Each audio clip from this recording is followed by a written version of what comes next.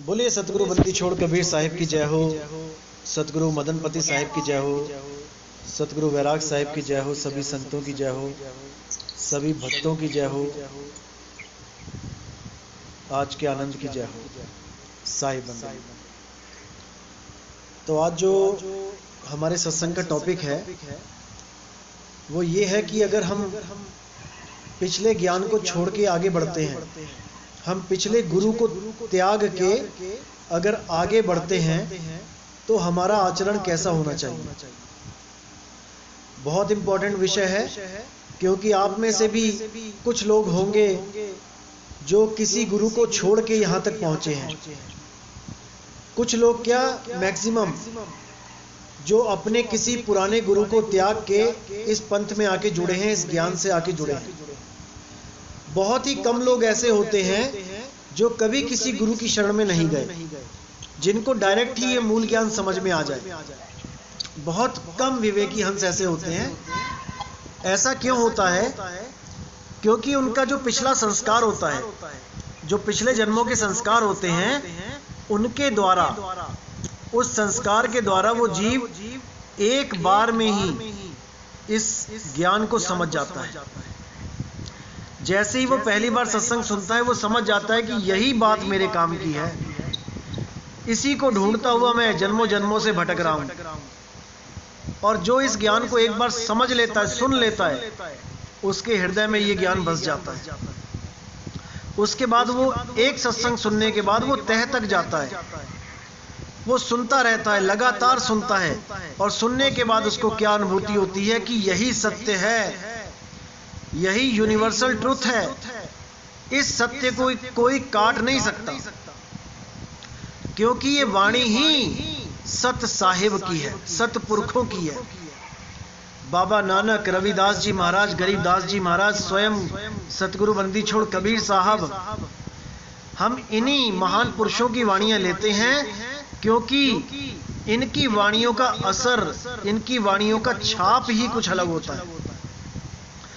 आपके दिलो दिमाग पे ऐसी छाप छोड़ के जाती है इनकी वाणियां कि संदेह नाम की कोई चीज नहीं बचती।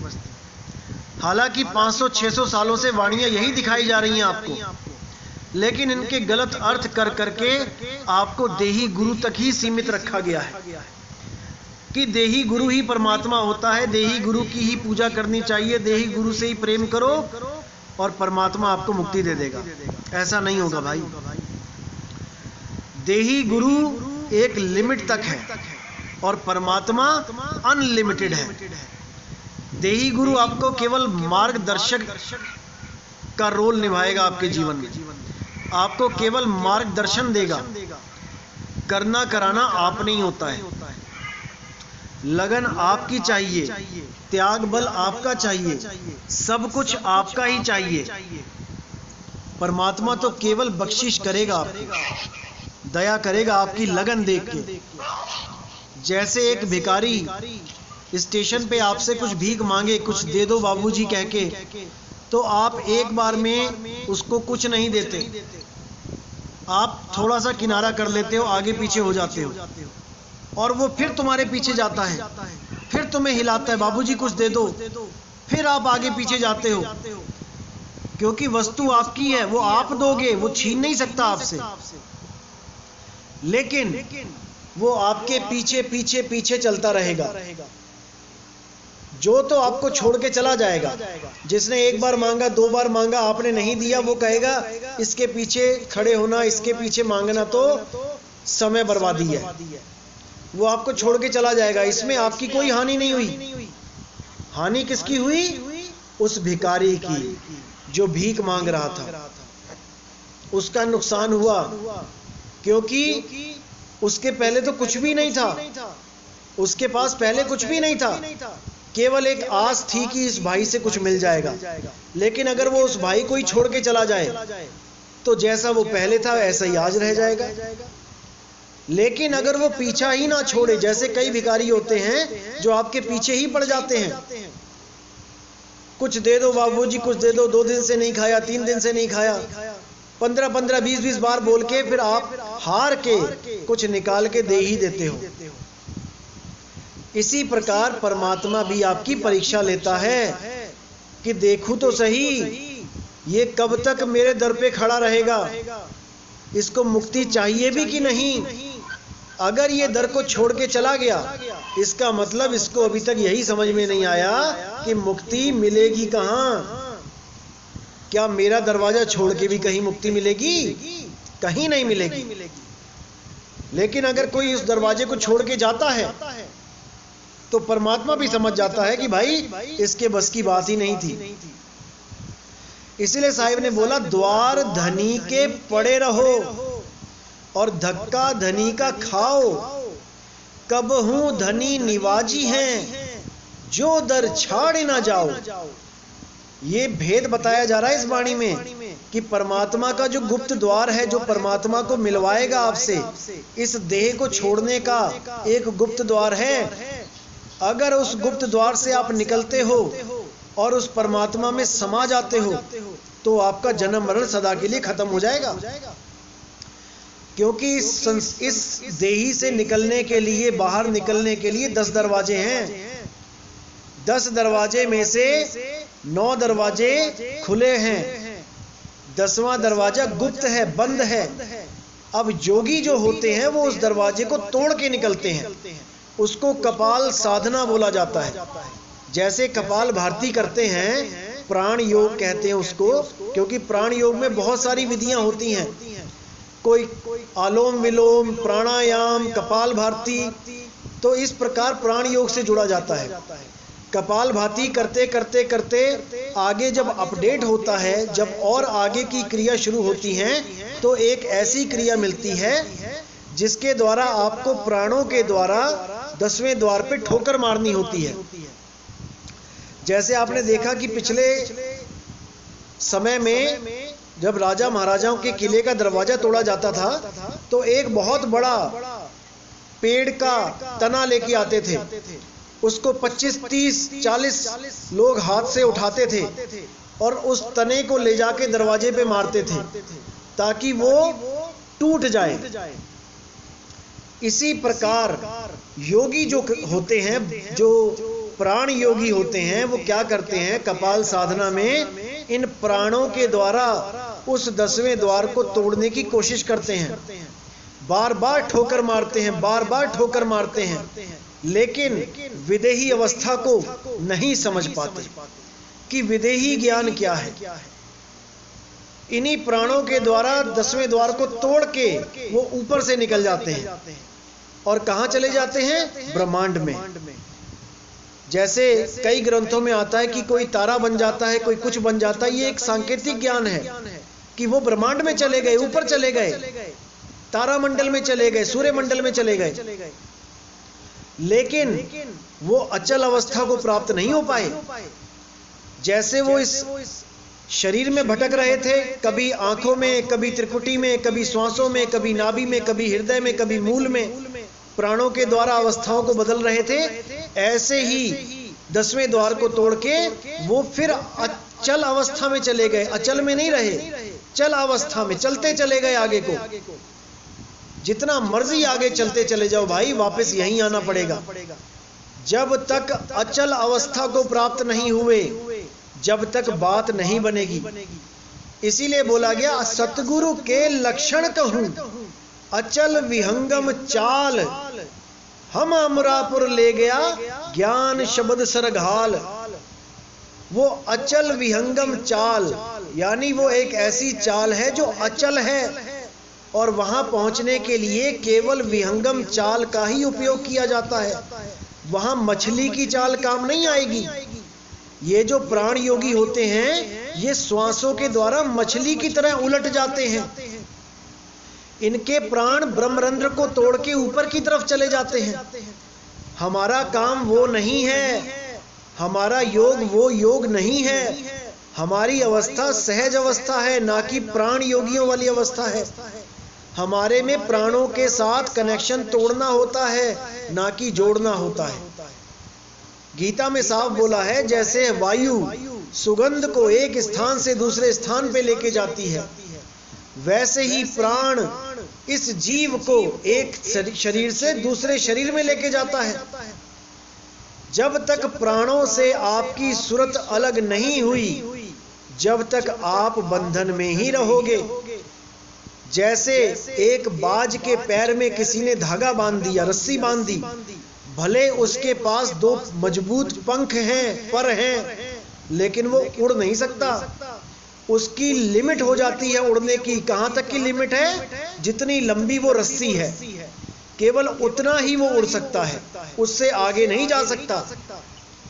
यानी कि सूरत जिसकी लिमिट अनंत है, वो कहीं भी जा सकती है, वो शब्द में भी समा सकती है, लेकिन उसको बांध दिया गया है श्वासों के द्वारा। अब वो वहां तक ही जा पाएगी जहां तक ये श्वास जा सकते हैं। और श्वास कहां जा रहे हैं? एक शरीर से दूसरे शरीर में। इन्हीं श्वासों के द्वारा वो भी एक शरीर से दूसरे शरीर में भ्रमण कर रही है।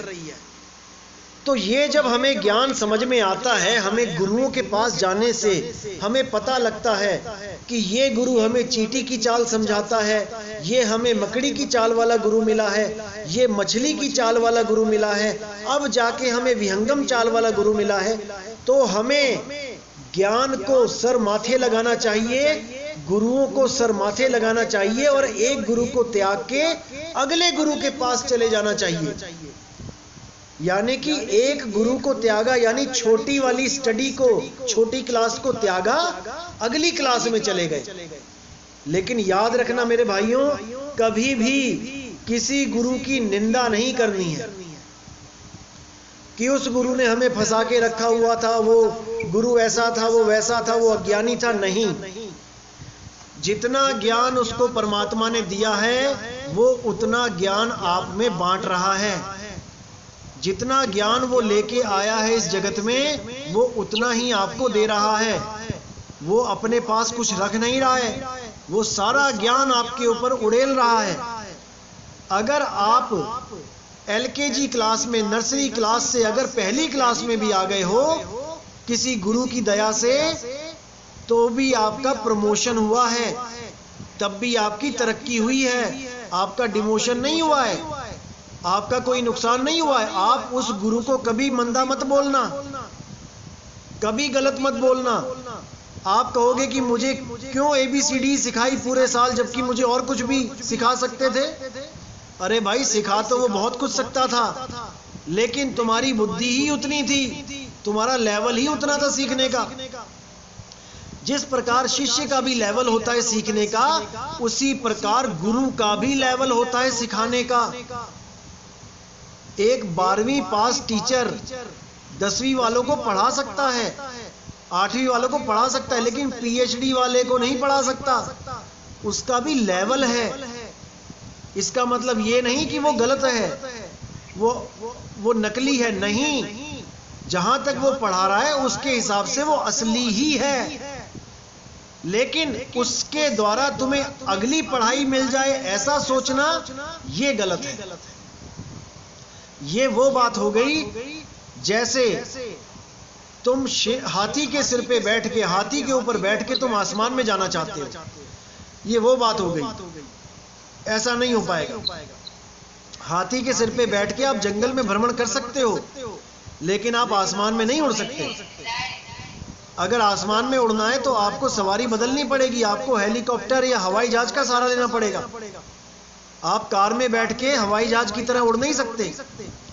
इसी प्रकार गुरु मेरे सब ही बड़े, अपनी अपनी ठौर।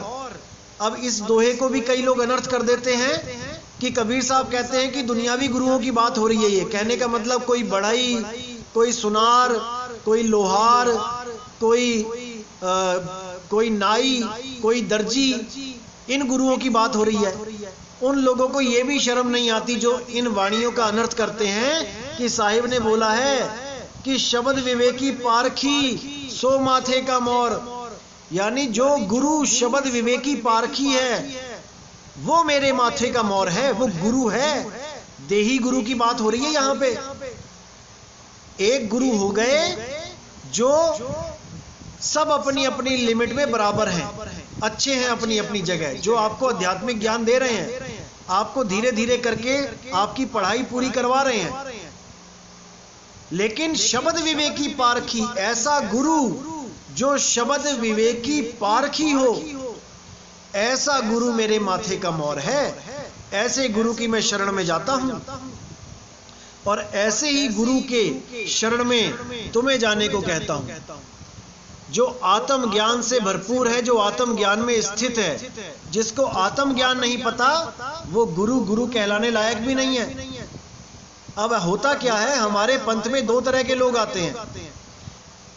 पहली तरह के जो होते हैं वो आते हैं मुक्ति को देख के कि भाई इस पंथ में आके हमारी मुक्ति हो जाएगी, इस पंथ में आके हमें पूर्ण मोक्ष हो जाएगा, हमारा जन्म मरण खत्म हो जाएगा।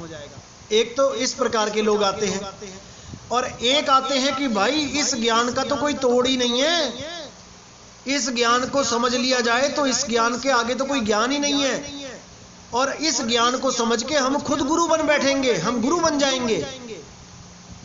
दूसरे प्रकार के ये लोग होते हैं। पहली प्रकार के होते हैं भगत लोग जो भक्ति करना चाहते हैं, और दूसरे प्रकार के होते हैं जो ज्ञान को चुरा के अपना अलग पंथ चलाने के चक्कर में होते हैं। इसके लिए कबीर साहब ने क्या बोला है कि चींटी चावल ले गई, बीच में मिल गई दाल, और कहे कबीर दो ना मिले, एक ले दूजी डाल।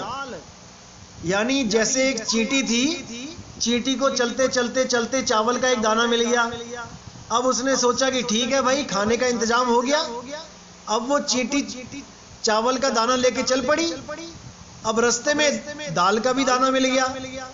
अब चींटी है एक, उसका मुंह है एक, पकड़ पाएगी एक दाना को।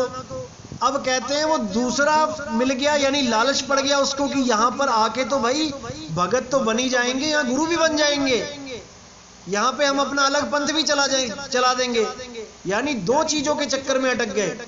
कहते हैं एक ले दूजी डाल। अगर मुक्ति चाहिए भाई तो गुरु बन के मुक्ति नहीं मिलेगी, मुक्ति मिलेगी शिष्य बन के।